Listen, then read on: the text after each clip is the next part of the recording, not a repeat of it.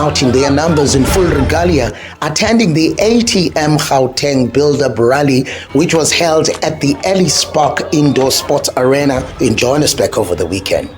This was the 4th provincial build-up rally towards the party's manifesto launch, which will be held on the 2nd of December 2023 at the Buffalo City Metropolitan Municipality. The ATM, led by party leader Violetu Zungula, president of the Messianic Council of Churches, who is a visionary of the ATM, and the spiritual head, Professor Caesar Nongunga, the NEC, and member affiliates of the transformation agenda under the banner of the ATM all agreed that for South Africa to experience true liberation, ATM must take over the reins and ensure the creation of a happy, healthy, productive, prosperous, and peaceful society that is ruled with integrity and inclusivity. Zungula, speaking to the thousands in attendance, did not mince his words of the need for the country's economy to be transformed. The economy must benefit all the people of this country. We are saying as the ATM, number one, process all of the minerals here. Let us not be exporting or taking all of our minerals as they are. They get to be processed somewhere else. They come back to our country expensive as finished goods. We cannot, as South Africa, be a consuming country, whereas we've got the capabilities to process our minerals. We are saying as the ATM, localize the economy. We cannot be having an economy whereby all of the things that we have in our country are manufactured somewhere else.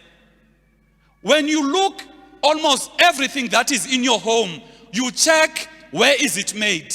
The answer will tell you, made in Taiwan, made in Thailand, made in America, made in Britain, made in Germany, made in China. There's nothing made in South Africa. In other words, we as the country, we are made to be a country that is only consuming. And if we are just a consuming country, we do not create jobs. Zungula also emphasized on the need for the ATM to pay special attention on crime. Let us deal decisively with criminals. East South Africa cannot be a safe haven for criminals, whereby you've got a government that rewards criminals. Because if you are going to be killing a person, you go to prison. Reward yako in prison, you have 3 meals a day. You have free education. You've got running water. Whereas people out there do not have free education, do not have access to water, do not even have 3 meals a day. That must change. If a person in our country commits crime, let it be known under the ATM government, awuzucengwa. You can't have a government that is playing sweetheart with criminals. Government is playing uti baby with criminal.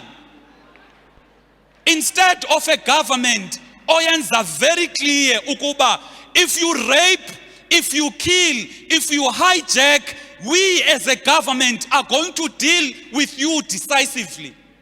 He further encouraged members to participate in the voting process to bring about meaningful change for this country. Abantu will tell you they've been voting since 1994.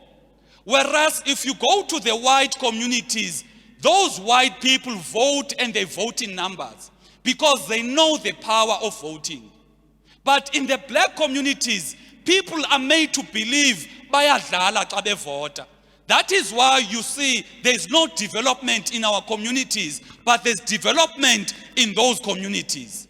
Because we need to understand there is power in voting. The power of voting, uyibone from 1994.